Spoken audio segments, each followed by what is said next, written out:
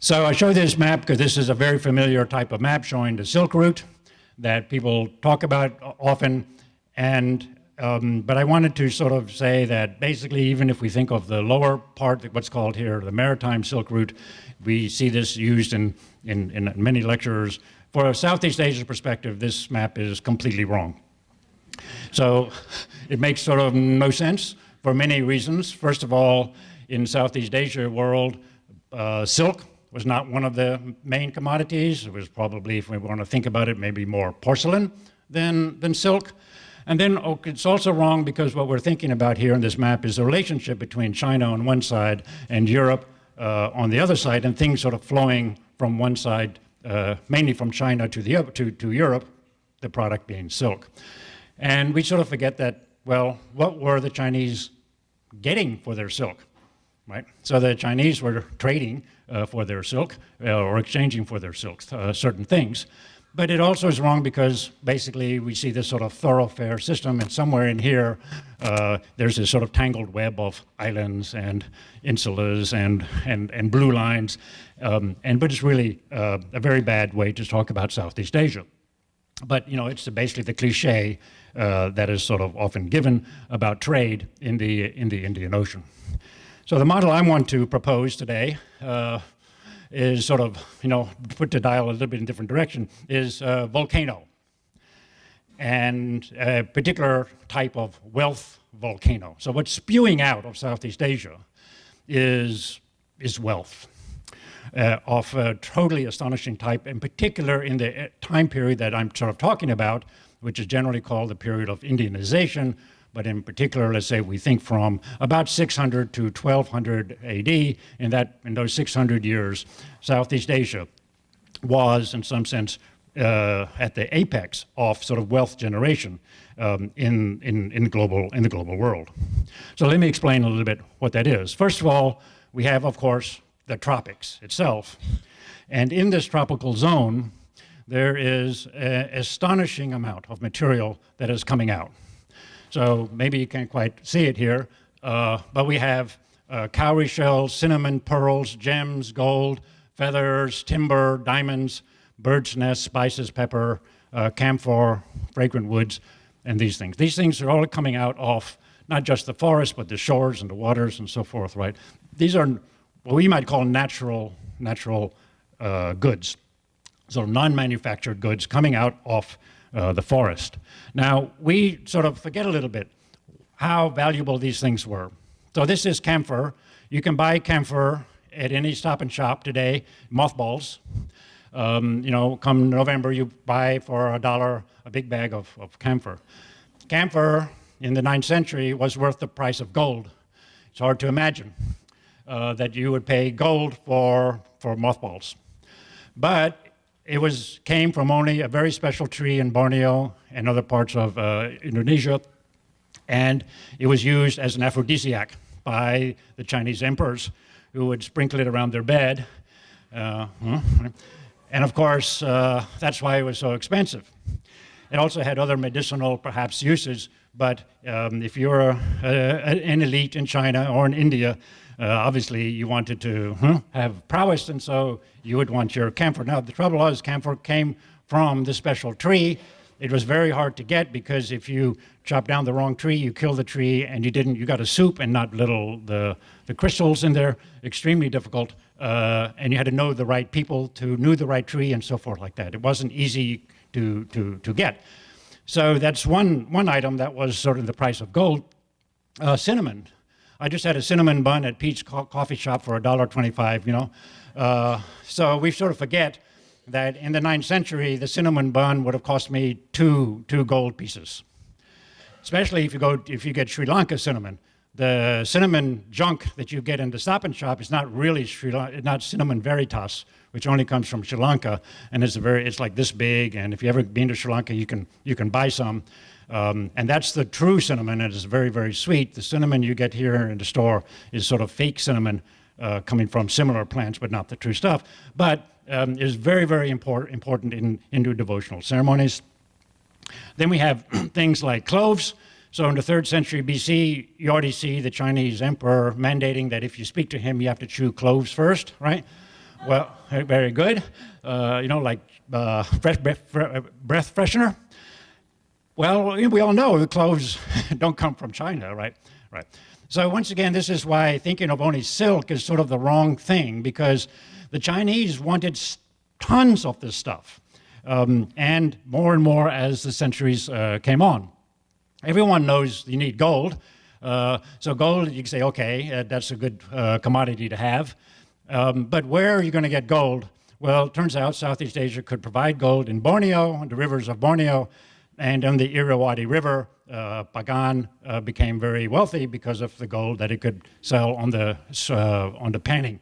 So today we have the lady panning here in Borneo illegally because the gold mines themselves are trying to control all the gold. And then once in the way it worked is that the rain would come, make a big swoosh, and then you would sort of go to the side of the river and pan. And so this was done. Thousands of people would be panning the rivers of Borneo. The Borneo tribal people here, did not value gold. And when the English in the 19th century came to Borneo, they were astonished to hear that the Borneo locals thought gold was at the lowest end of their commodity desires. What they wanted was Chinese jars, which were spirit jars and so forth. So they were interested in their exchange was sort of getting gold, selling gold, which they didn't care too much about, for what they really wanted was Chinese jars. Then there's bird's nest soup, which $2,500, I think, if you really get the real stuff. Today you can get a lot of fake bird's nest soup. I don't want to get into that if you don't want to know. But at the time, the Chinese emperors loved bird's nest soup, and it came from 3 caves in Borneo. Once again, extremely hard to get and to ship and so forth and so on, and only the imperial family could have bird nest soup. And then there's a whole bunch of other things, like dragon's blood, which comes from the rattan roots, and it forms this substance, very important for Hindu ceremonies. It's used by the Chinese to make red glazing. So when you see Chinese red glazing, this comes from Indonesia or Borneo or one of these islands, right? So then there's, of course, pearls. What person doesn't want to have pearls? Well, pearls came from certain areas in Sri Lanka and later in the Philippines. And then there are other things, bezoar stones, which we don't use anymore, which are the gallbladder of the long-tailed monkey, which are another aphrodisiac. And one of the reasons this monkey is now exterminated, doesn't exist anymore, is because we killed them all for this. But even in the 19th century, they would be killed, the gallbladder extracted, and then brought downstream to the celeb traders who would then bring them to China, where they were worth the price of gold. So we know from Chinese documents, the Chinese are very meticulous about the things that they were bringing into their shores.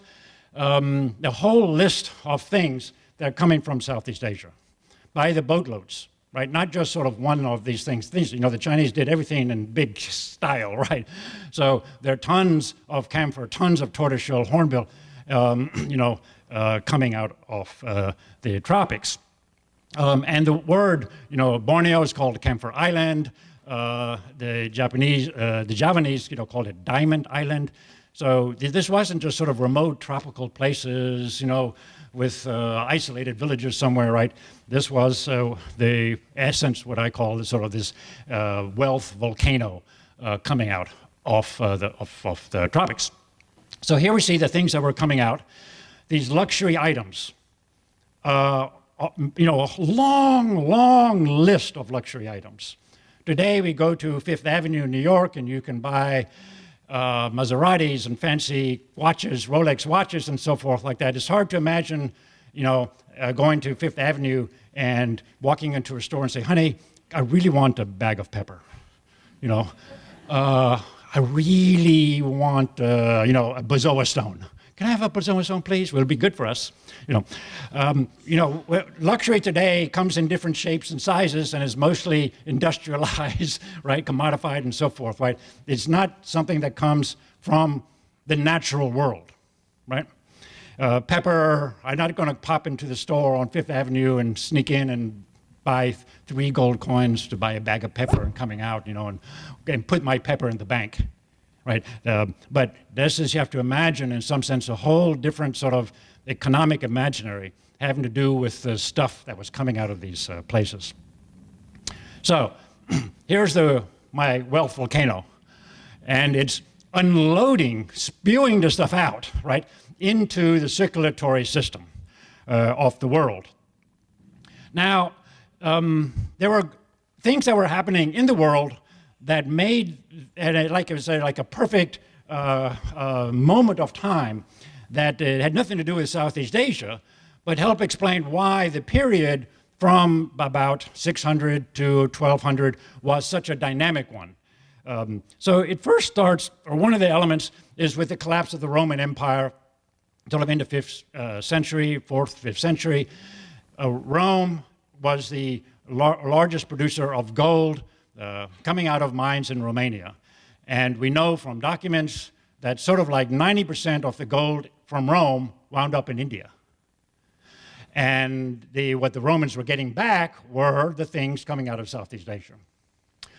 And when the Roman Empire collapsed, the source of gold in India disappeared.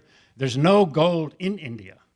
And yet, for Hindu ceremonies, devotional practices, et cetera, for many number of reasons, all the elites in India needed gold because it's written into the Vedas. So as long as the Romans were supplying the gold, they were in good shape, but all of a sudden, the Greek ships were arriving with the Roman gold, came less and less and less, and then there was like no gold. So Goethe and other scholars have argued that basically there was this sort of turning from the west to the east in search of gold. And one of the commodities that could be found in far-off Borneo, 3,500 miles away, or in the Irrawaddy River. Now, when you show this map, which is another sort of world history timeline and high schools often show, and we're looking at sort of the time period, right? So here's sort of the Silk Route zone from, roughly 100 AD, roughly to about the 9th century. And then we look at where our time, we see this period up here, this nominally called Indianization, which I'm sure all of you are familiar with, right? And the shift from gold trade from the Roman Empire to India, and now from this little orange, little blue slot up there, down to India. So if you magnify that up a little bit, you see here the problem that we're facing if we're sort of a Southeast Asia scholar is that, so the Shivayayan Empire, which is one of the empires that we're going to talk about a little bit later, which is very important as a sort of a hinge between China and India trade, right? It's on the very edge of the world according to this map, right? I mean, it's sort of like you could be in the Arctic, right?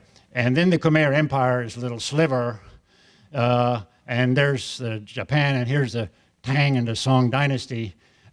Clearly, I mean, anyway, my point is that this map is complete nonsense. It's certainly written by someone who doesn't know anything about Southeast Asia. All right. So the turn from the west, sort of to Southeast Asia by the Indian merchants, mercantile elites, was sort of a significant part of the story of Indianization. Then there were issues in China itself in the 8th and 9th century. So Chang'an was the great metropole, of the period. 1.5 million people lived there. It was just a totally amazing thing. If you get me going, I would probably give you a 2-hour lecture just on Chang'an. You probably already have lectures on that wonderful place. But it ran into serious trouble in the 9th, and certainly by we get to the 10th century. One of these reasons for the trouble was a period of global warming in the 9th century. So what happened was, as the weather got warmer, the springs along the Taklamakan Desert began to dry out. And you couldn't take your camels anymore across the Taklamakan Desert around the edges of it, where the Buddhists had set up their monasteries, to get to Chang'an. And so less and less camels could make it across. And eventually, by the 9th century, there was just a trickle of very hardy camels and very hardy types with a lot of water making it to Chang'an, and the whole raison d'etre of Chang'an as sort of the portal to the West fell apart. Political difficulty emerged, it was invaded, and eventually it was abandoned. And then there was this sort of an interim period before the Song dynasty. Then there was also the great sort of the anti-Buddhist persecution, which is sort of tied into the economic distress. And you know, if, it is not a lecture about China, but I'm just sort of saying that there were these things that were happening around Southeast Asia that played into the development of a strong luxury economy, because this period, of course, there was a lot of migration towards the south, millions of people.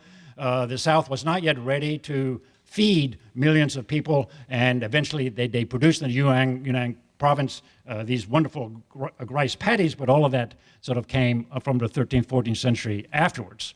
So the Song dynasty needed rice, but the Song dynasty also, as it began to, also made a shift or turn away from sort of the economy of the north, which was now closed off to it, by the splitting of the north and the south, and it turned towards Southeast Asia.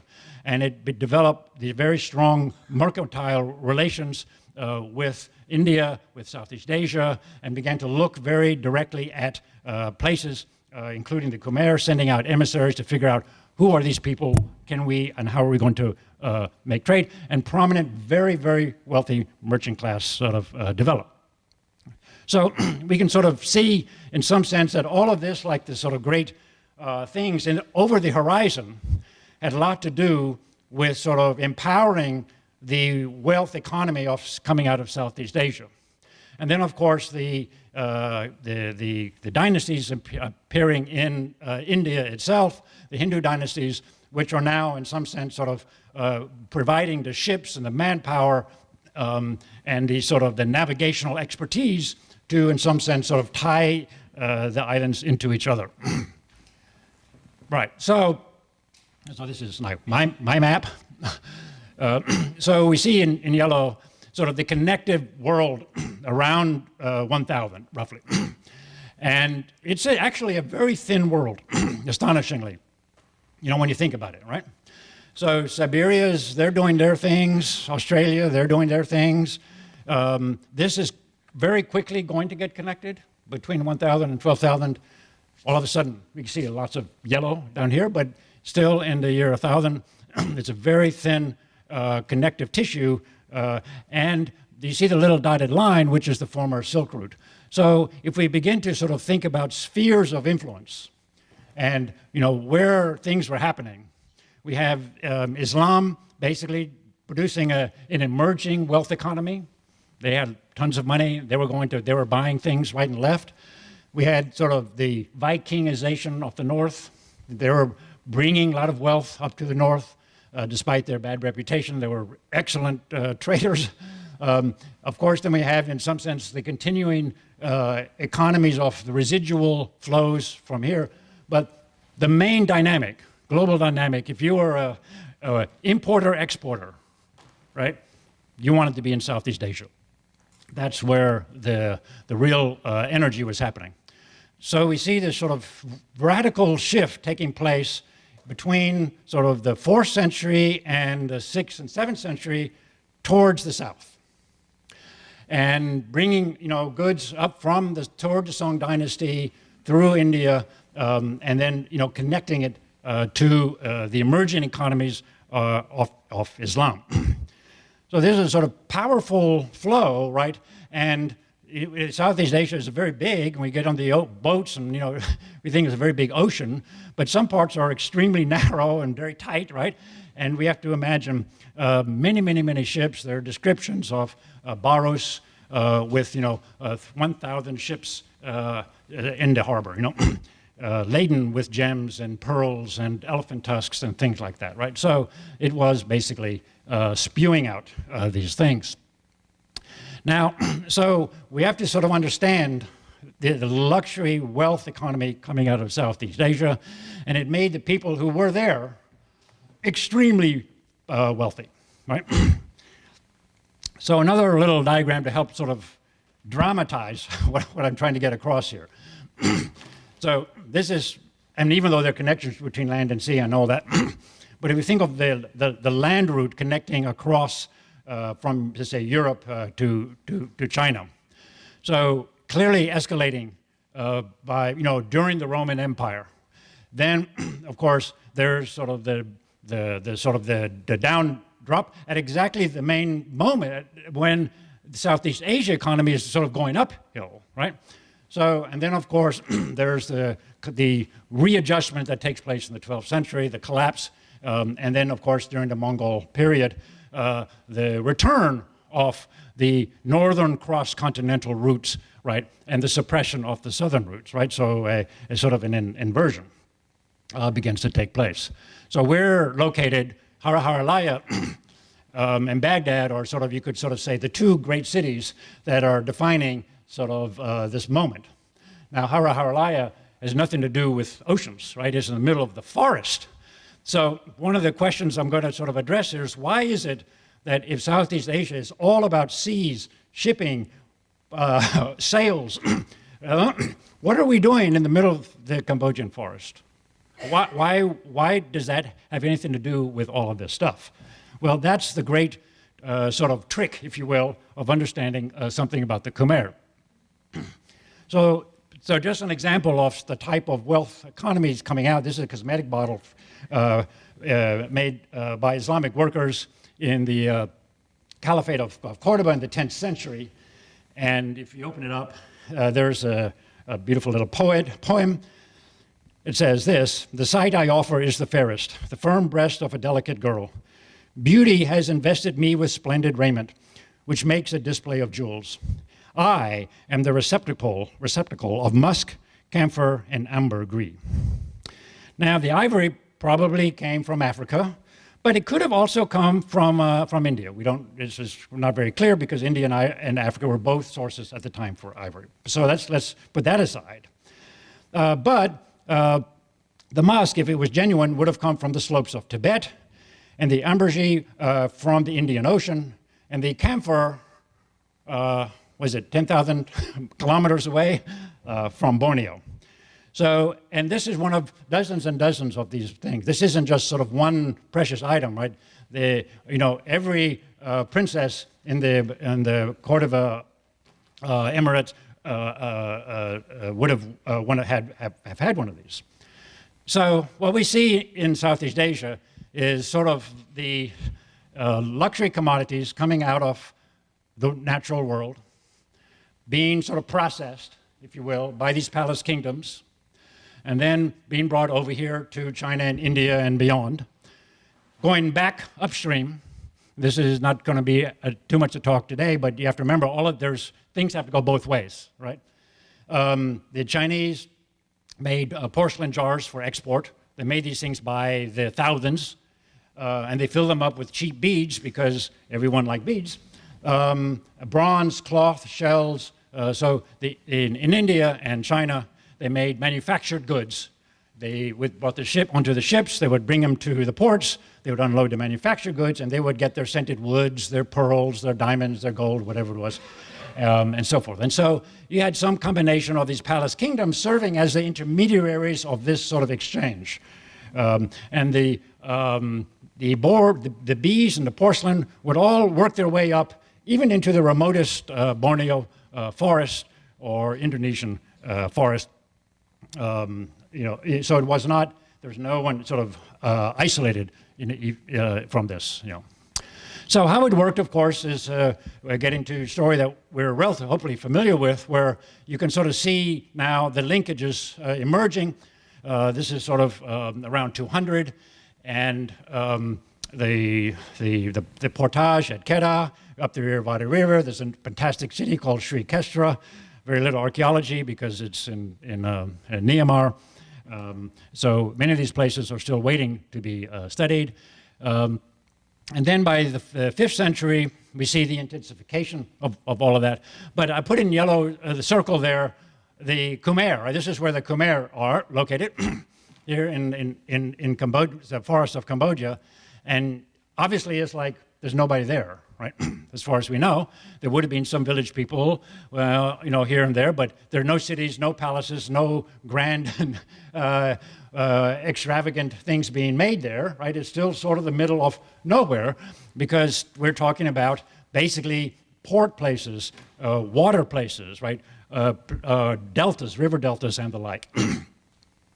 Well, eventually when they do arrive, there is an important contribution they make to the luxury commodity network system that's already in play.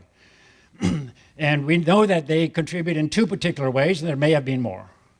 One was in Kingfisher feathers. The Chinese had a big thing for Kingfisher feathers. And so you can go and look at the contemporary crowns, contemporary museums, and you see these crowns, and you can sort of see the Kingfisher feathers, which were exclusively used only for imperial crowns. That was it. No, right. Or used for decoration in the emperor's palace.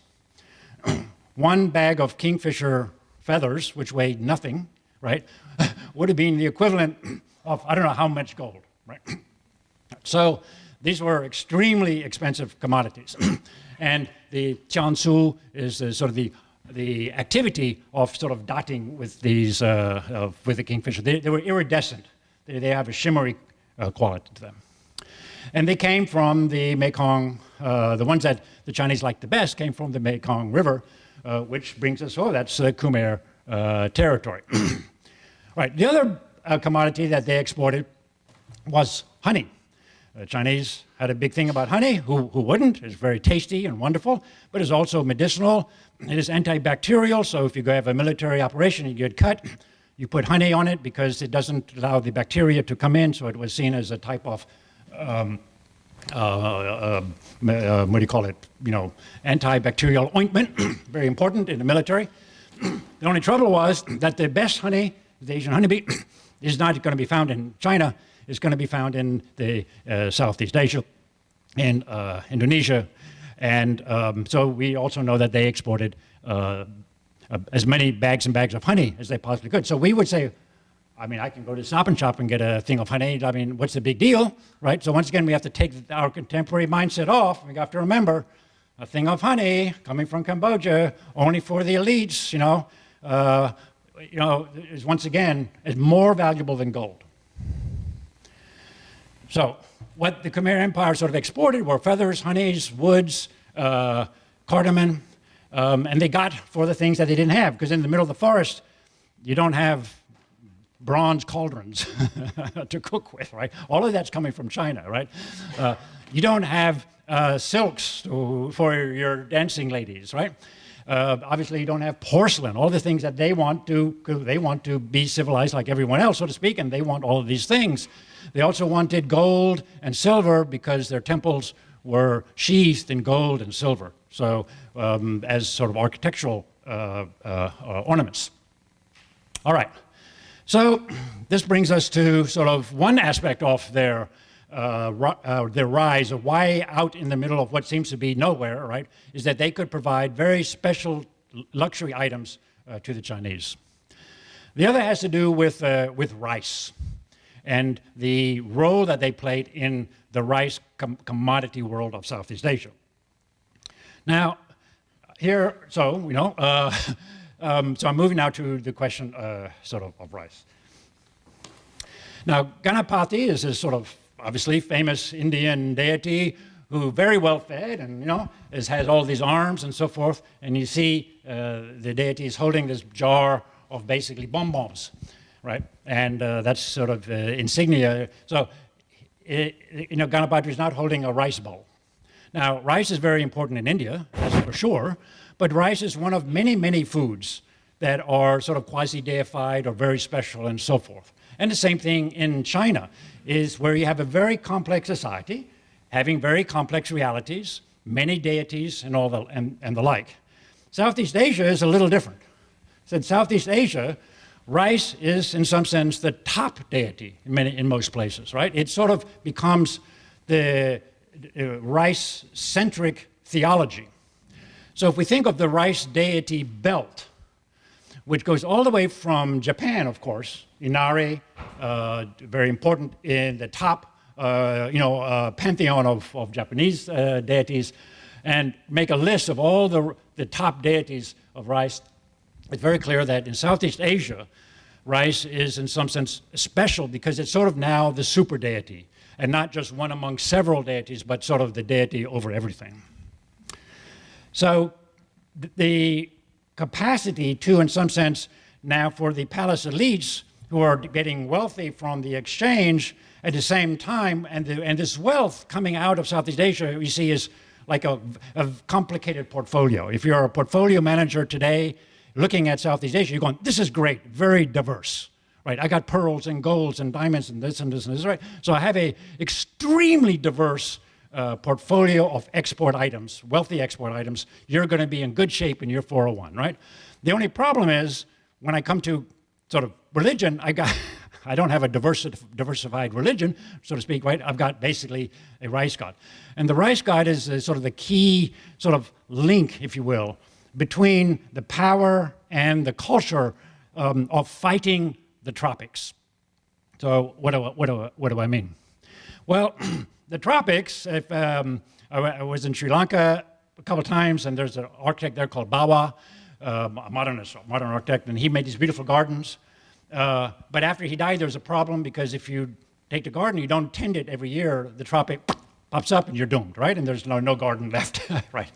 So you have to keep your hedge clippers going continuously, right? To fight the tropics that are coming back all the time.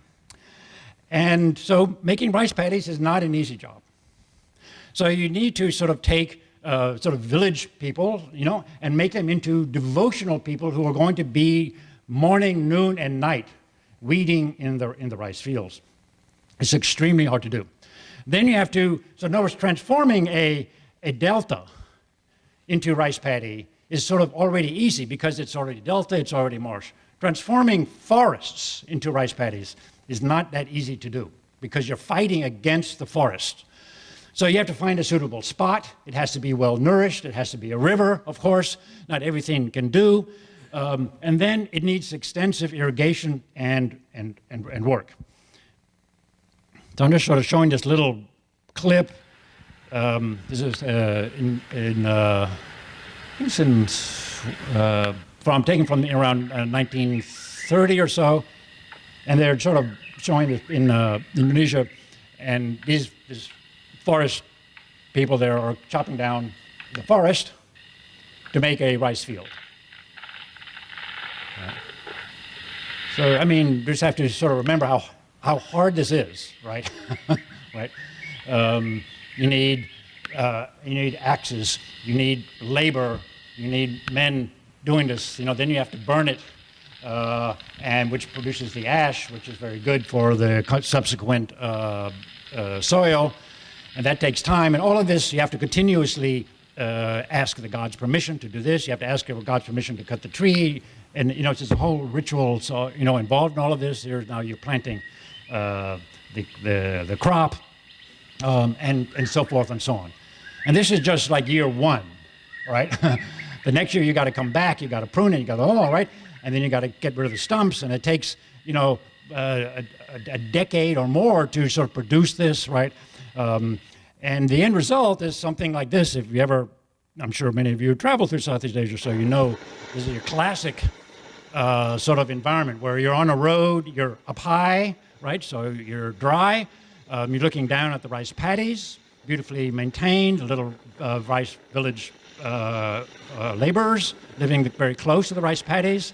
And then it goes to the forest edge, and then, you can't do anything with the forest, right, anymore. So you get as far as you can possibly go, and then the mountains appear, and then that's all you can sort of do.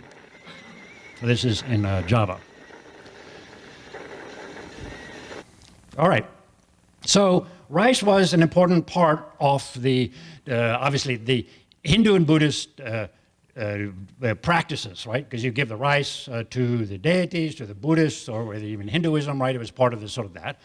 It was also a type of deep-seated sort of animist spiritual world, right?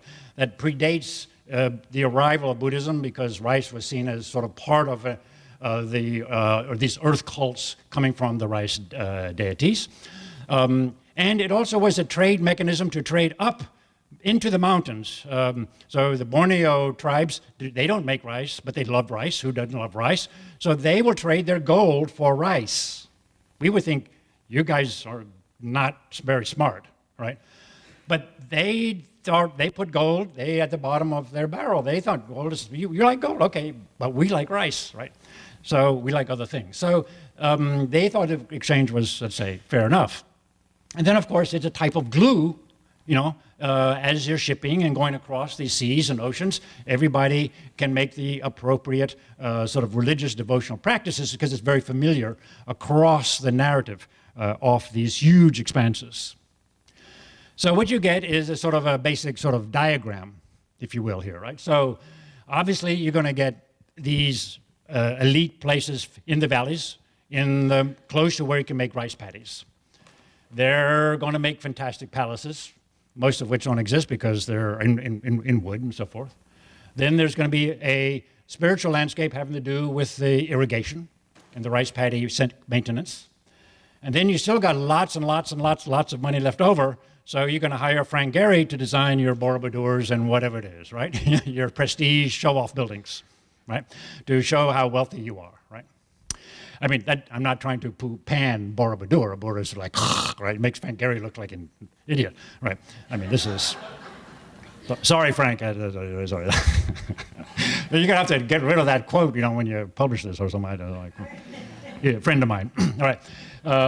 At any rate, I'm trying to say that these prestige buildings were part of the show-off in an economy that, you know, where else, there's no banks, right? So what are you going to do with the money? You buy sort of, you know, the latest and the best architecture types, and very innovative. And of course, what you're using, what funding all of this is all of these things, right? That are coming through the ports, right? Your gold, your diamonds, camphor, whatever it might be. So this is Kedah, which is sort of a typical example of one of these places. It's a model in a museum. Sorry for the bad images.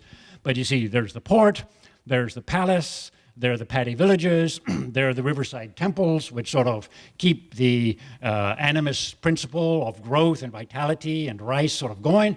And then there's the sacred mountain behind it, from which comes a spring, which the sacred water is coming out of. Right? And this is sort of, you know, almost most Southeast Asian sort of palace zones were sort of prototype in a way, in this way. All right, so this is just my bad diagram of it all again, just so we get a sense. We have here the forest cultures on one side, up in the mountains. We have the ports and the international trade. Here we have, in some sense, the cross zone, where the goods get sort of produced and bagged and formatted and exchanged. And then the rice production with the shrines in the rice fields, because we've got to remember, rice is not agriculture, rice is a god or deity, right? So we go and buy rice in the grocery store, and I don't have to bow and do amazing things and feed it and I just buy a pound of rice when my wife says we're short of rice, right? But that's not what this is. This is horizontal God growing horizontally, right? So all rice paddies will have these shrines. And then there's the palace compound, which sort of oversees the whole operation. All right. Now, in the 4th century, we sort of have these replicated, this process throughout the islands and Indonesia, but something sort of interesting happens that sort of escalates the terms of all of this. So here we are in Funan, in the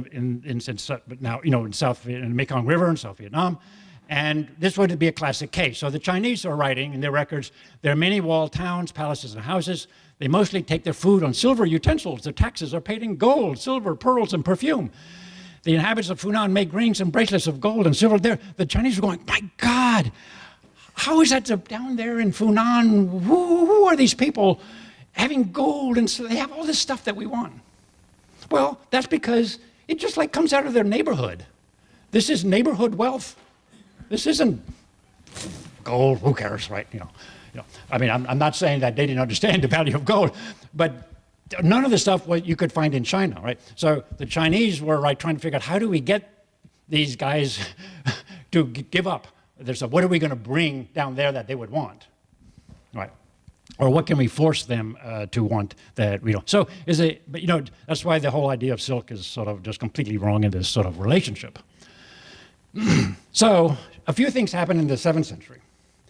One is the Straits of Malacca are opened up because the Indian boats were redesigned that allowed the sails to shift so that the ships could go through the Straits of Malacca. Before they couldn't do that. It was too dangerous.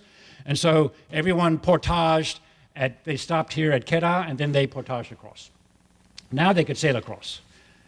And the Srivijayan Empire emerged, and all the guys in Srivijayan said, I want, you know, $10 for every 100, right? You know, we're not going to do much. We're just going to sit down here in our lounge chairs, but we're going to tax you. So they became fabulously wealthy basically just on trade tax. So all of a sudden this empire appears, which is now sort of the hinge and trade tax, and a new type of power appears based on this sort of exchange. Now, of course, it also meant more ships are coming through, and among those ships were the Javanese. And apparently the Javanese pirates, on the fringes of Javanese capacity or lawlessness, took over the Mekong area and raided it. Did what the Vikings did, right? They said, oh my God, these guys are really great, let's just raid it, then we don't have to mine it all.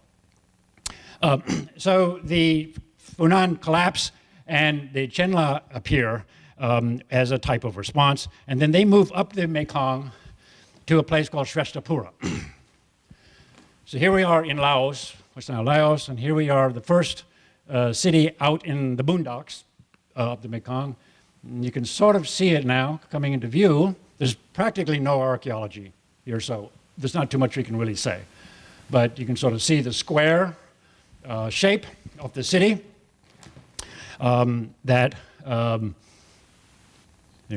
here we go, okay, along the Mekong River. Right. So there, they make a capital there. Why there? Well, okay, give me another hour and I'll go into that, but it's like, it's not always that very clear, right? We know they got the honey, and you know they're already starting the export, wealth export, commodities, and they thought they could do it, but it's not a very good place for rice, that's for sure. But we see the format here. There's the river, there's Shrestapura, there's a shrine that was later rebuilt by the Khmer, so that's not really part of the story because that comes later, but definitely a sacred spring and the sacred mountain. So the sacred mountain, definitely it is a Hindu site. The spring, the water, the river, and the city, the ideal city, we can sort of see the reformatting now of these alliances between nature and the urban reality. That city then was left or abandoned, and then they went further south to Izanapura in around 620 or so. And you see also very little archaeology. There's the perimeter of the city. Here's their sort of religious district, shrine district, out in the rice paddy zone. But that then didn't work too well either. And then Yaravaraman II takes over, and Yaravaraman II basically says, let's do something even stranger. Let's go a couple hundred miles out there into the real boondocks, you know, off the forest, and make a whole brand new city out there in territory that looked like this. All right, so let's make a little break.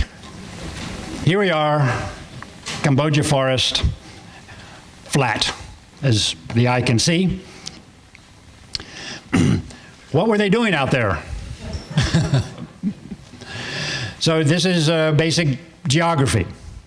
There's a Mekong River Delta. People have been making rice here from 200 BC, 300 BC, we don't know. But I mean, a long time, okay? Then there's this mountain range, and then there's this sort of sandy soil. The Mekong River comes down, and during the water season, it floods so fast that the Tonle Sap, which is this lake, basically fills up and then slowly drains. So the Mekong sort of goes backwards. And all of that originally was forest. So, rice growing. If you have the Mekong Delta, pretty easy to do. The soil is great. Every year, new topsoil comes. I don't have to do a lot of work. I mean, I have to do a lot of work, but I mean, I don't, the nature will bring in my fertilizer. Okay. If I'm in Japan and Bali, actually I got even a better deal because I have Andes soil, which is black soil, which is volcanic soil, which is like the best soil in the planet. Rice just loves that, right? So I have volcanic soil, I plant rice, I don't need to fertilize for 15 years. I'm good to go. Okay, then if I don't have that and I don't have that, but I want rice, I'm gonna have to do what they did in Sri Lanka, which is hydro-engineer the soil. I gotta bring my engineers and say, listen, I want rice, but I don't got good soil and I don't got big valleys, so what am I going to do? Then, which is fine, and then I go to Cambodia forest and I look at the ground and it looks like this. This is terrible. This is sand. You can't grow anything in sand, right? Even the tree is like, oh, trying to spread its roots because it knows that as soon as it rains, the rain disappears, right? So these very big, long roots to soak up as much when it rains. And then to make matters even worse, there's the dry season, wet season problem. So Southeast Asia, in the tropics, most of it is wet season, so when the monsoons go this way, it rains, monsoons go that way, it rains. But for whatever reason, in the inner forest of Cambodia, there's a wet season, and then the rains don't go during the dry season. So there's a dry season. And when it's dry during the dry season, you think you're in the Sahara Desert. It doesn't rain. It's 110 degrees. It's hot, right? You can't grow rice in 110 degrees on sandy soil. Not going to happen. So here we are in Tonle Sap, and you can see where the little pin is, Hara Haralai, in the little square, and you can sort of see this is a modern soil map. The green is a good soil where the water rises and then settles down. Rice, no problem here in the immediate vicinities of Tonle Sap. This is bad soil, and this is even worse soil, the sandy soil, right? And you can sort of see it's right there on the border between the really good soil and the bad soil. So Hara Haralaya really is the only city in Southeast Asia that was built outside of the realm of possibility, if you want to think of it that way, right? Because you're going into a place where people are going like, what are you doing here making rice? Not possible, right? So the only way to do it is to do it at a massive scale where you have overcome nature through your engineering capacity. You need engineering in order to sort of compensate for the difficulty of the site. This is what traditional rice look like when you travel through South Asia. You see this all over the place, right? There's a river, it floods, it makes the water, you plant your rice. Really, it's easy to do.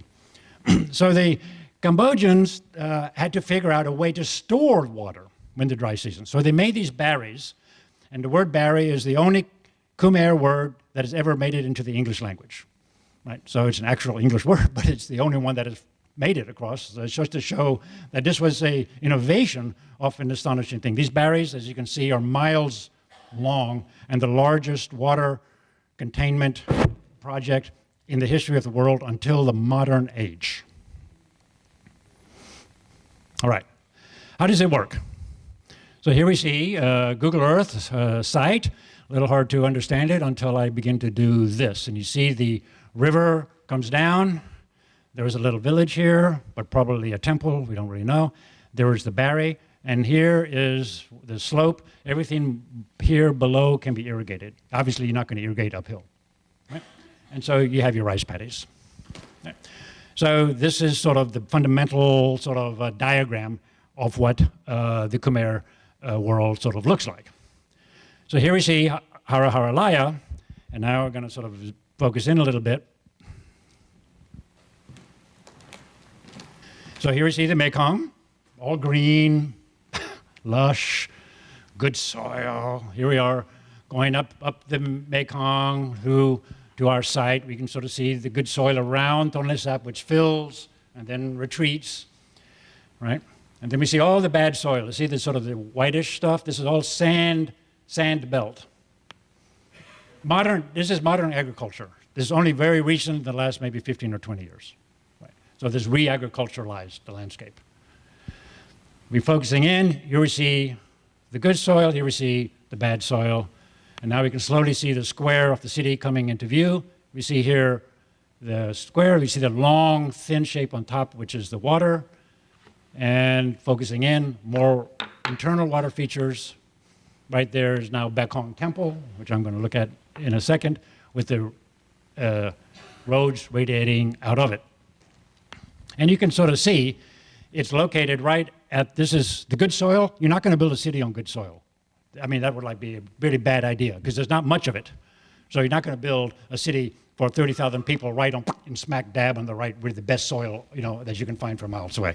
You build your city on the bad soil, right? And then you begin to sort of irrigate the bad soil. So this is the city connected by these wonderful roads, which are still used. And here we sort of see the black soil for wet season, the dry season rice soil, and everything behind that originally would have been forest. And so you can irrigate below, obviously everything below. It's very flat, not a very steep slope, but it's just enough that you can get to the water in that sandy soil area. Just to remind you the scale of this city, stamped out of the forest, this is Paris, medieval Paris. This is the Ile de Cité. It had 25,000 people. Oh my God, right? So if that's 25,000 people living crammed in the stinky filth of medieval Paris, right? Imagine what this city would have been. Right. This Baghdad, which was designed pretty much at the same time as a circular city, interestingly enough, that could make some of interesting conversations. All right, so Yavarman II says, we're going to make the city, we're going to do this. We know it's not a natural place for rice growing. We know it's sandy. We're going to agro-engineer the landscape. That's the only way to do it. And we need a lot of people. Right? This is not happening with Joe Schmo and my buddies going out there and doing something, sort of curious. We need an army of people, right? And how are you going to convince people to go out there, right? It's hot and, way far away from anything. So what you do is you discover a holy land. Oh, that's a holy land, man, right? So you discover basically this Jerusalem hidden in the forest, and people go, I have got to go to Jerusalem, right? Now, we know from Marianne's lecture, some of the important components, right, of the Hindu cosmology, right? Obviously, you have Mount Meru, you have the mountain, the sacred mountain, the sacred river, the Ganges, the Sea of Indra is a big part of the mythologies, right? So you tell your designers, design that for me, right? So it's a design problem. Pretty, if I could sort of say that, right? Design problem stems from this, right? There's Mount Kailash, right? The figurative Mount Meru in Tibet. There's the Sea of Indra, and somewhere, magically the Ganges appears. And these are sort of the three basic things you're going to need for the holy city. Well, so there's the Mount Meru. Well, it'll do. It'll do. It's not snow-capped, but it's, who knows, right? I mean, no one's ever been to Mount Meru. They don't know what it really looks like. We know what it looked like. So they said it's good enough. It's good enough, right? And then, of course, you have the Ganges, which is the river, and then you have your Sea of Indra, which is the great water text. Now, the thing is, if you go to Angkor, I hope, which I did in my second trip, because the first one I didn't do it, I feel very ashamed about that later, you go to the top of this Mount Meru, and lo and behold, there's water coming out of the top. Like, it is a miracle. I mean, it really staggers the mind. Where does this water come from? I mean, and this isn't just like little water. I mean, today in the hot global warming age, you got to imagine this magnified 2 or 3 times. Water coming out. I mean, it is really like the strangest thing. Water coming out of the top of a mountain. Today we know through hydrology how that's possible. But why would they know that, right? So they take this miraculous water coming out of the top of this Mount Kulen, and they build this aquatic temple.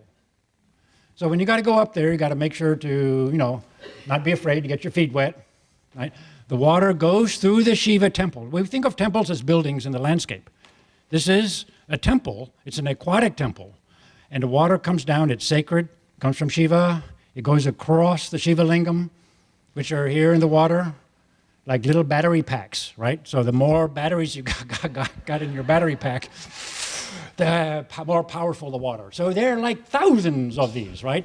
Each one adding its own little like microcharge to the water, right?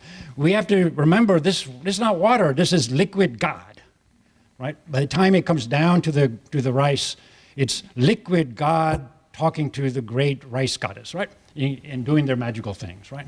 And this water temple, which is just totally amazing thing. So, and it goes on and on and on and on, right? You see Vishnu reclining, all the sort of and more Shiva lingams and things like that, right? Right. Now, just to remind us about how the sacredness of water, here we are in Karnali temples in South India. 750,000 people every year come here to be in the sacred water, lining along the whole little river, which is sort of their Ganges River.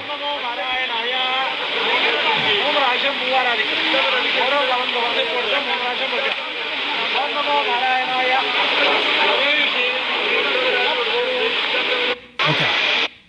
So what we don't see today is the spiritual practice of worship that would have taken place up there. Today we go up there and the kids are playing in the water, it's everybody having fun and da-da-da-da-da. That would not have happened, right, in the 9th century, right? The priests would have lined up every morning, they would have done their prayers and they would have done this. It was a sacred place. It was the Jerusalem, Vatican, Mecca origin of everything, you could possibly imagine, right? Here we are, another sort of sacred lake with the wonderful streamers, and showing you another, this is sort of once again in a modern, but imagine ceremonies taking place along the water, right? With ritual garb on, with ritual incantations and so forth, right? Not sort of this more modern version of all of that, right? More populist things, right? All right. Recent satellites have been able to look through the forest and discovered that the top of Mount Kulen is actually a ginormous sort of temple city. And there we see the water, and it's coming down here for irrigation. And these are basically footprints of streets and buildings, none of which have been archaeologically excavated yet. Well, all waiting to happen. So just in 20 years, hopefully there'll be someone here on just a podium giving you a lecture on what has been discovered.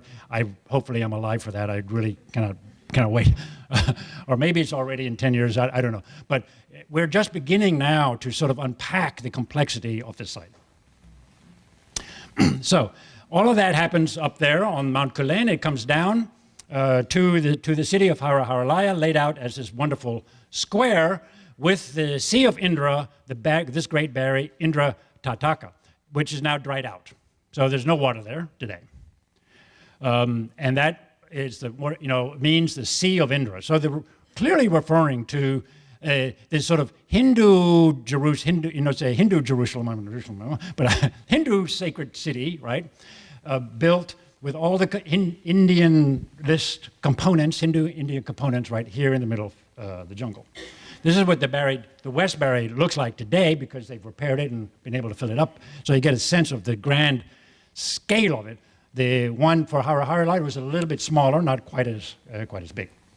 It had at its center a temple, which is this ruin, now sort of sitting out by itself, but at the time a temple island, which was a temple dedicated to, I think this one is dedicated to Shiva, but also to the ancestors of Yaravaraman. So here we have this airplane guy flying over. Absolutely massive. How was this created? Did they dam up a certain part of it, or was this all hand dug? A little bit of both, actually. The downslope side was probably a dam originally, and then they formalized it into making it a huge rectangular reservoir by mounding up earth all along the sides of it. So this was pure hard labor right here. Absolutely. Just like any task on the landscape here, it's completely flat, so anytime you see something like this, it means that they've just poured thousands and thousands of people into remodeling the landscape in that area. I mean, when you think about 16 square kilometers of a reservoir in the 12th century, that's a huge engineering feat. The engineering here is unparalleled. You don't see it really anywhere else in the pre-industrial world on this kind of scale. Turning north, Okay. But that, as wonderful as that is really only like 5% of the story. Here we see another barrier, but I'm not in Cambodia, I'm in Sri Lanka. How many, who here has been to Sri Lanka? Couple. Oh my gosh, all right, great, excellent. You're my type of people then. So, all right. So hopefully you visited some of these sites. Now, the North Sri Lanka is, very interestingly enough, the only other place in Southeast Asia which has the exact temporal conditions as Inner Cambodia, meaning wet and dry season. So wet season is down here, then there's the mountains, and so the monsoons don't rain up here in the dry season. And if you're there in summer, it's 110 degrees, and it's dry. You know, there's never going to rain, right? And so it's exactly like Cambodia. And so they had the same problem, but 500 years earlier. So they had to do the same thing. So every little thing there is a artificial man-made tank. So these tanks, you can sort of see, they're huge, right? They're 2 miles, 3 miles across, all done 200 BC, 100 BC, in the period from 200 BC to about 800 AD, 900, they started making them, right? So if you wanted an engineer to do water, this is where you went in the world. You didn't go to Rome. They had the aqueducts. Okay, fine. This is that's piddly squat compared to what these guys were doing. They would marshal these lakes and bind them up together to make an artificial lake, make a huge dam across the valley. And of course, all of this was related to founding of cities. So Anuradhapura, 3 big artificially man-made lakes, one 350 BC, 200 BC, this one a little later. Up here, they're about 10 meters above, so they're on the dry ground. And everything below in green here is, in some sense now, aqua-engineered rice paddies, right, cut out of the forest. In these dams, this is 450 CE. These are people come up here and they think must be modern dams. They're not modern dams, right? So here we see one of them. This is south of Anuradhapura. So here's the dam. Here's the rice paddy zone. There's a Buddha, because it's good to have Buddha, making sure everything's okay. It's very dangerous, to have a dam with millions of gallons that could flood, and you're there, right? So Buddha tells you, be calm. It's gear. The engineers have given it the stamp of approval, right? So Buddha's looking down onto the dam, and so the relationship of engineering to the spiritual landscape is extremely tight, right? So whenever you see a dam, you just got to start looking around. There's going to be Buddha shrines in Sri Lanka by every dam, right? So you have sort of like this model where the water gets brought down, rice paddy, and there's a sort of a shrine in the neighborhood of the dam. Cambodia, because it's Hindu, but it's sort of similar, will have, of course, here the shrine in the Sea of Indra, but it's a different problem because they have to take the water from not from a lake, but coming down out of the sacred mountain, right? So they're taking this river water because unlike Buddhism, they have to have the Ganges. Buddhism, you don't have to have Ganges, right? You don't need a Gangic model.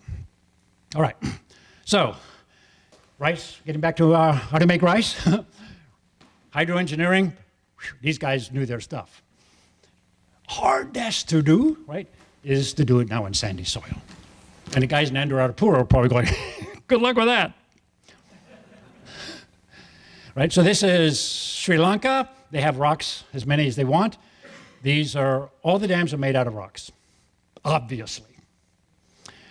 Cambodia, you got the sandy soil, you make this canal, the canal water has to come very, very slowly. Any ripples in the sandy soil, you can have it's gonna go over and then you're doomed and you gotta repair it. It can be very difficult. So the sort of massive amount of careful engineering to make sure you never exceed 3 degrees over like a 100-meter period out there. I can't remember, there's a moment when water starts to ripple, and then you're sort of doomed. But it was not all built by hand, as that guy said, right? They had the best bulldozers in the world, which are elephants, and they imported elephants from India, from Sri Lanka. Sri Lanka exported elephants, among other things, to whoever wanted them. And Sri Lanka had a whole sort of elephant export industry going, another whole question. So then they had the water. Then comes the question of the city itself.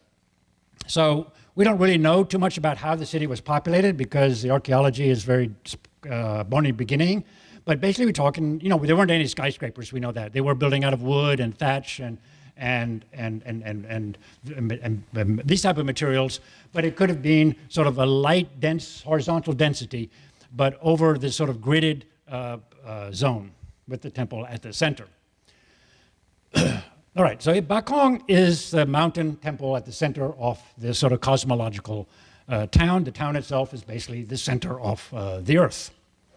So I'm just overlaying it over Paris, so you can once again see the scale of the whole thing. It's not just the building, it's the sacred sea, it's the island on the water, the sacred water, which is in turn an island on another sacred water, and so on and so forth, right? So it's the sort of, the water is not a moat in the defensive sense, right? It's sort of the spiritual definition of geometry and deity, right? Being unified together.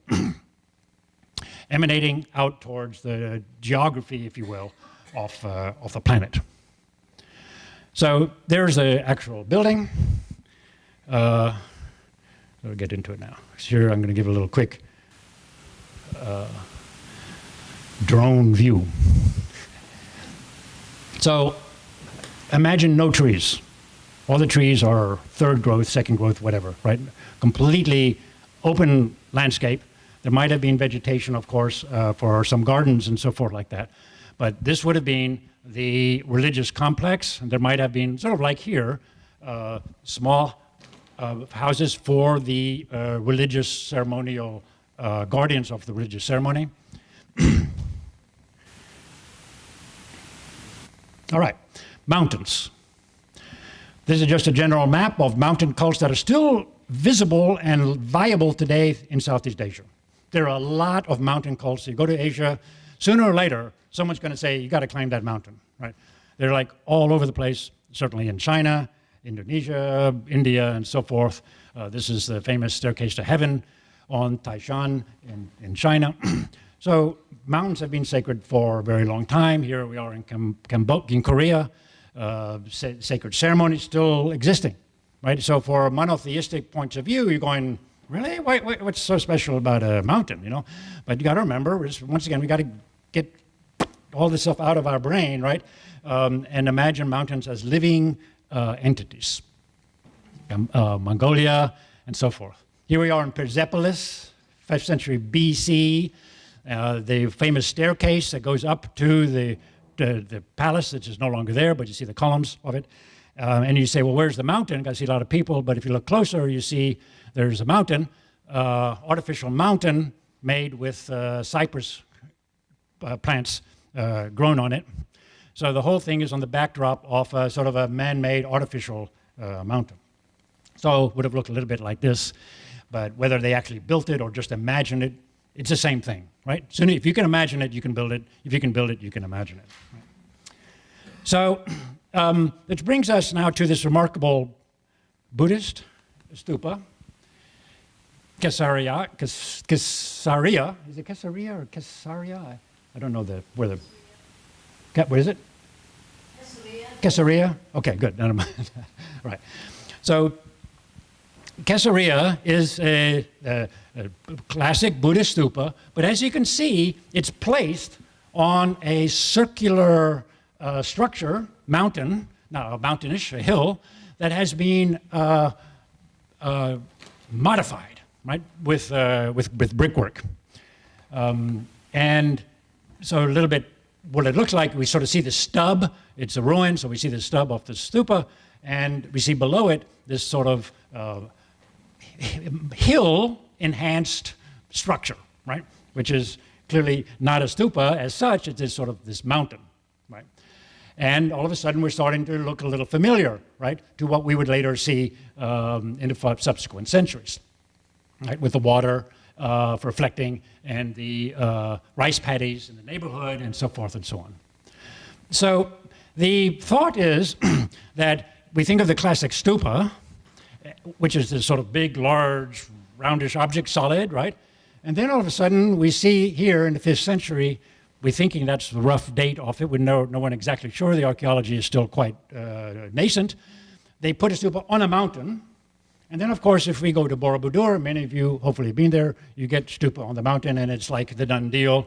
This is, you know, high-end Frank Gehry version of that model, right? I mean, this is like, I'm going to make a mountain for you, right? And you'll never forget this one. You know, that Caesarea, that's like child's play, right? So you make a super-duper mountain with this great stupa on top, right?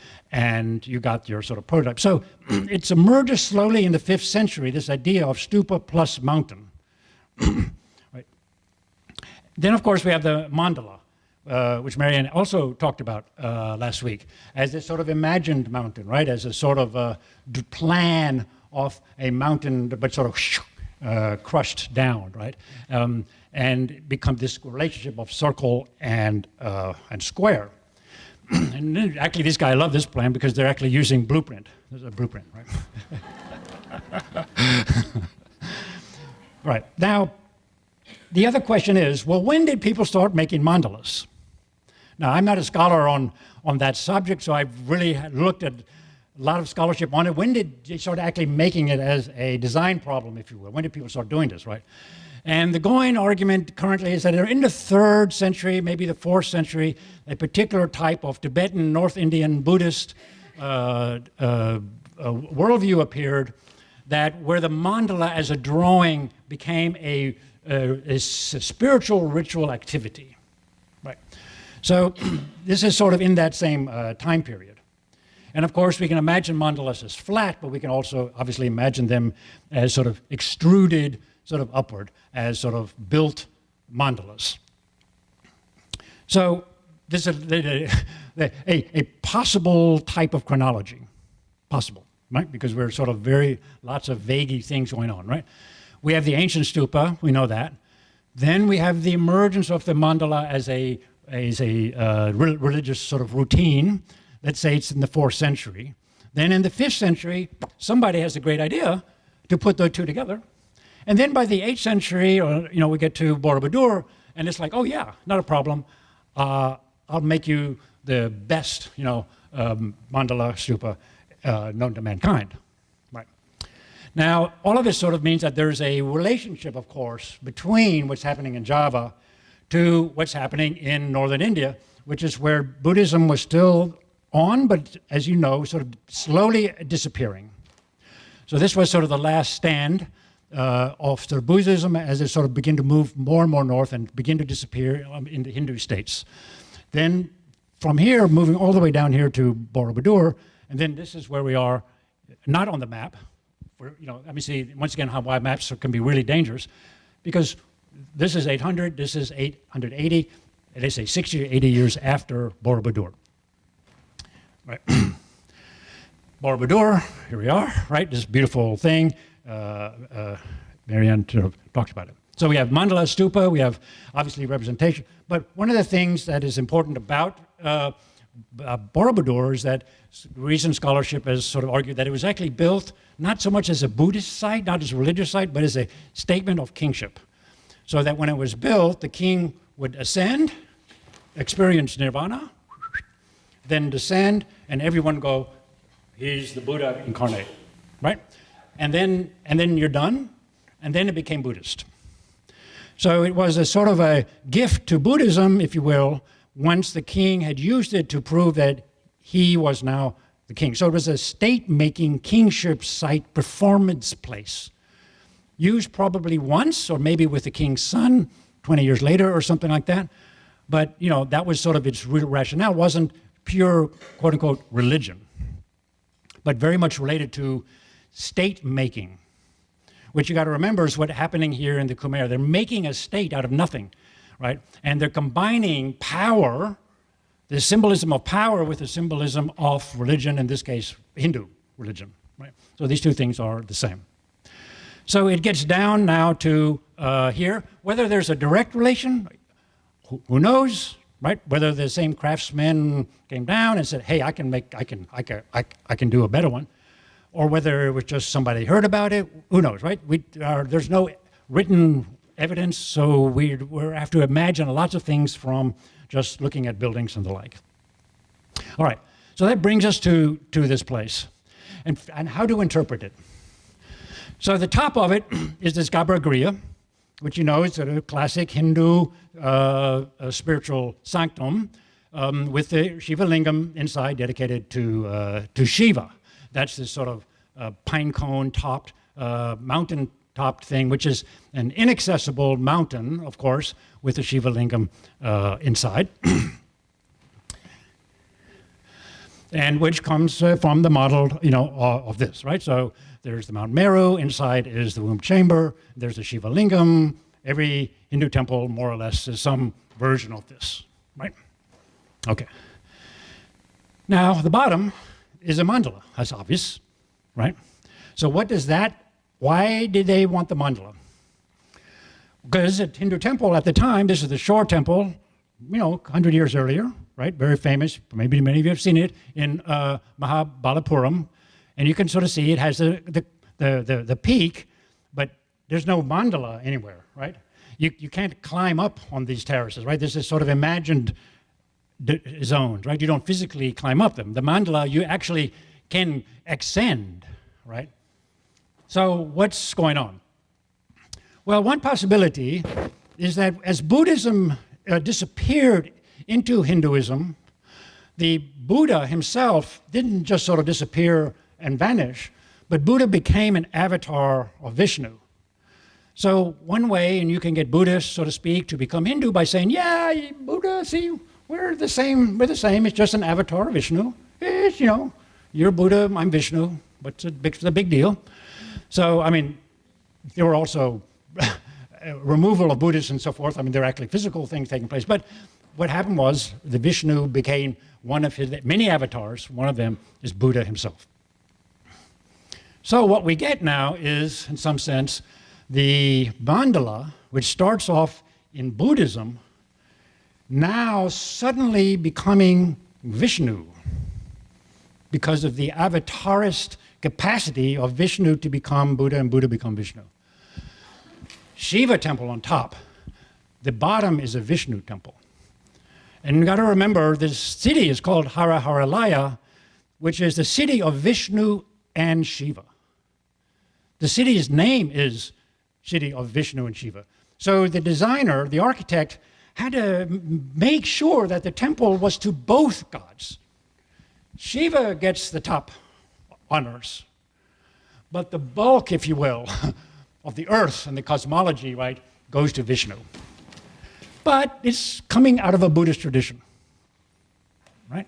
So we see this sort of sliding, morphing brilliance of this building, combining these things. So there's Borobudur on the left with its mandala, but it's all Buddhist, right? Whereas the same idea of the mandala now in the Hindu world becoming sort of the Vishnu. Now, if you go to the side, you notice that the terraces are slightly different than Borobudur. Borobudur, the terraces are pretty much the same size as you go up. In here, you see, you can very clearly see this is taller, less taller, less taller, less taller. And as you get up, the terraces are thinner, get slices are thinner and thinner. So I have no idea why that is, but the Arab astrolabes have this circle with the cuts across the top as you measure distance across horizons. And it looks a lot like that, where basically what they're doing is cutting slices of some imagined sphere below the temple, of which the temple is just sort of like the crown. I have no evidence for this. I'm just making this up in order to sort of enrich the story, to try to tell us we don't really know, we know so little about the design ideas behind this temple that we have to sort of try to imagine other ways of understanding it. Why is it that the terraces are getting lower and lower, right?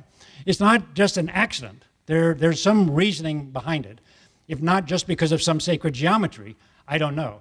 And at that time, every Arab mathematician would have understood the cutting of the sphere as sort of. So does it show perhaps even Arab influences? Arabs were the great traders across Southeast Asia.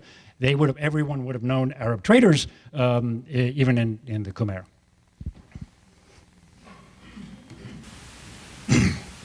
So you can see that very clearly here, right? How the top layers are getting thinner from the top. This is, once again, imagine no trees. You wouldn't have seen, there would be no trees for miles, right?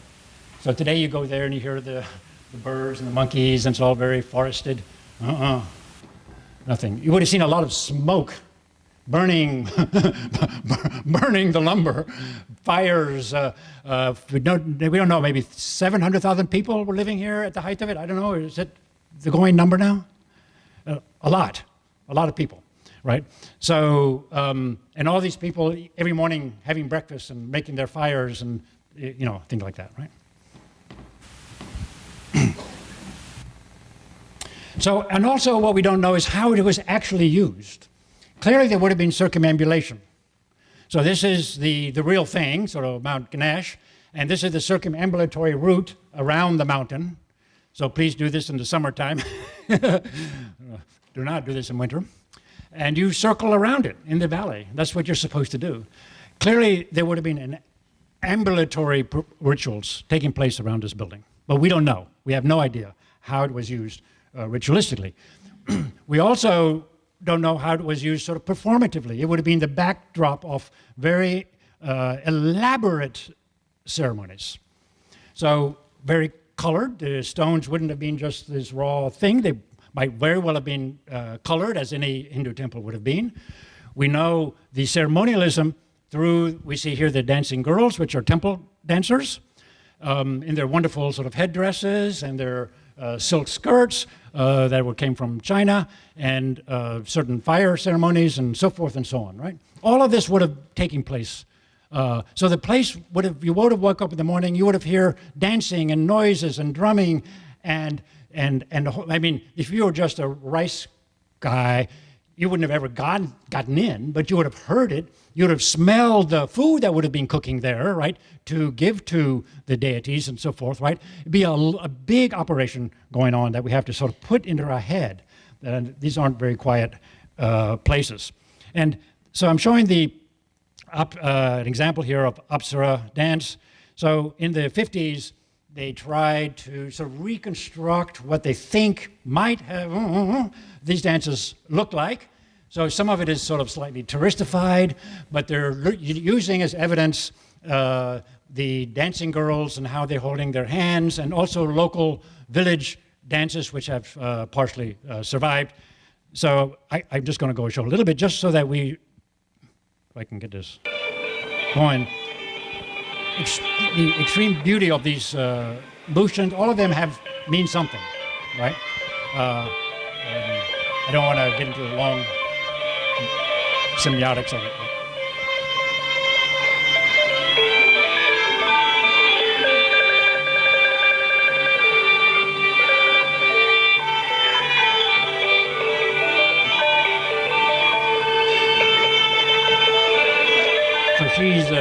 story. So she's picking these flowers, and these are her babies. Okay, so if you go there, you'll certainly have the opportunity. But if you go to Bakong, like when I was there, you might get these guys,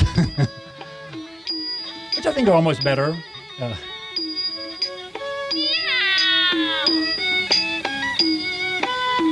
Probably more what the sound might have been like, less touristified and glommed up. But we don't know.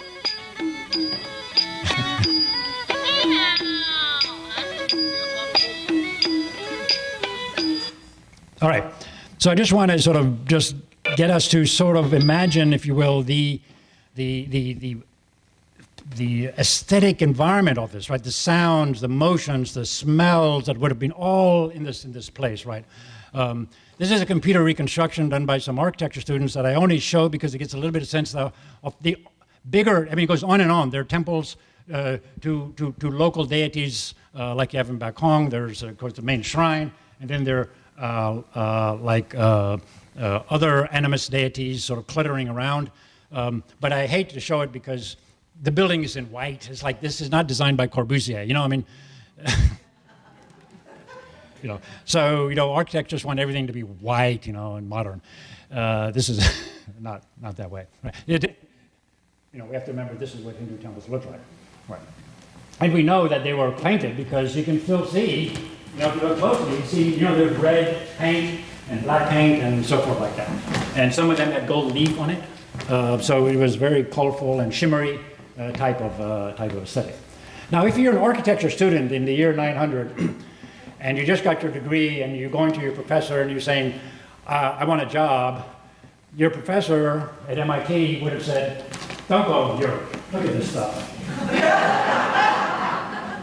That is really bad. They can barely even make a window. I'm so afraid, you know. This, or Borobudur, this is the top place to get a job. This is where they're really struggling with the most amazing building, the most amazing technological question, the most amazing mathematical and engineering questions in the world at that time. This is where you would go. You know, leave the Europeans to their big, fat, ugly buildings. They didn't even know what vaulting was and so like that. So I'm being somewhat facetious here. But see, I was taught when I was taught architecture history, how wonderful these were, and no one ever bothered to tell me even about this, because that's how I was taught in my Eurocentric way, right? And we were told, you know, and I didn't even, you know, learn about that until, you know, decades later, when I was almost like an adult. So it's payback time. Well, language. All right. So now I just want to close a little bit by like what happened. So they made this rice for export to China. The problem was they were in the middle of nowhere. So they needed to connect to this place called Dali, which is this sort of independent kingdom that was not yet part of the Chinese, would later be invaded by the Chinese Yuan dynasty for obvious reasons. Sort of hinged between much of Southeast Asia, a port with the Song dynasty. So what the Khmer had to do was build roads to connect the nowhere to the somewhere. So they built these roads, and you can sort of see these beautiful roads, and when you go to Angkor Wat, your tuk-tuk will take you along these roads and not realize these roads are from the 9th century. And you can sort of see them in the landscape. They're beautiful, long, and straight roads, because if you have 100 elephants carrying tons of rice, you don't want to, like, a lot of stop signs and curves and whatever it is, right? You just get the elephant loaded up, and then you just go straight as for long as you possibly can. So these road systems are absolutely spectacular, and they crisscross the landscape, mostly going north and west to link up to the existent trade routes heading into China. Here are some of these roads just to die for, and beautifully constructed and still maintained. And most of them are highways, literally 2 or 3 meters over the surrounding paddy fields. And you can go to the temples and you can sort of see they're carrying huge loads of their stuff along these roads, right? And so they basically became bulk, they became the Costco of rice. You know, They realized, they had this overabundance of rice. The whole reason to do this was to make more rice than you could possibly imagine in order to basically then distribute it. That was their sort of rice economy. They weren't making rice just to feed themselves. They're making rice 3 times a year. We know that because the Chinese emissaries came down, and this is like, I can't believe it, why they're making rice 3 times a year. Well, it's because they're basically undercutting the cost of rice. But they had transportation costs. So they had to bring it basically to the network. They were not ship people. They were landlubbers. And you can sort of see them here. This is a war elephant. So their economy was this sort of combination of very lightweight feathers on one hand that were, very expensive, and really a bulk economy of requiring very heavy infrastructure of roads and elephants, not ships, overland to the ports. Now, it's huge. This is this ultimate scale, we think, of Angkor Wat as a city. This is over Boston, the size of Boston. Now, there's no skyscrapers, of course, but it's huge, huge. I tried to do it over San Francisco. I don't know, you have the problem with the bay, but you get a sense what we're talking about here, right? So the first time I visited, there was 4 days. I'm sorry, I realized that was my mistake. No one told me you needed like 4 months. It's really big, really big. Yeah, that could be your Ganges, that's right, yeah. All right, so the point is, it's boom to bust. You do this, you do this, you do this, you're not looking back. This is not eco-friendly worldview, right? You do it until basically it collapses, and pretty soon it collapses. Here we see on Borobudur, one of the panels, and these guys are sitting here crying, and you can see their rice here, and you see all the rats eating their rice. Ooh, not good. They're unhappy farmers. And that's only one of the problems. Then you have deforestation. And what happens is your canal, you see a canal here, gets flooded and it's destroyed, and once it's destroyed, you can't fix it because it's not made out of stone, it's made out of sand. And so one thing leads to another thing, leads to another thing, and so the water containment by 1330 just is over. It's finished. Mic drops. You're done. There's no water, there's no this, there's no people, there's no nothing. Everyone abandons whatever it is. There were probably 500,000 refugees heading to the hills, heading somewhere. We don't know what happened to all the people, but they became refugees and they left the place. And the Mongolians, of course, had a little bit to say with that, largely because the Mongolians said, well, why is this big sucking sound from Southeast Asia? We're going to make Samarkand the center of everything. So Samarkand would be the next lecture. And like Angkor Wat basically disappears and becomes like this. And that's pretty much the end of their story. Thank you very much.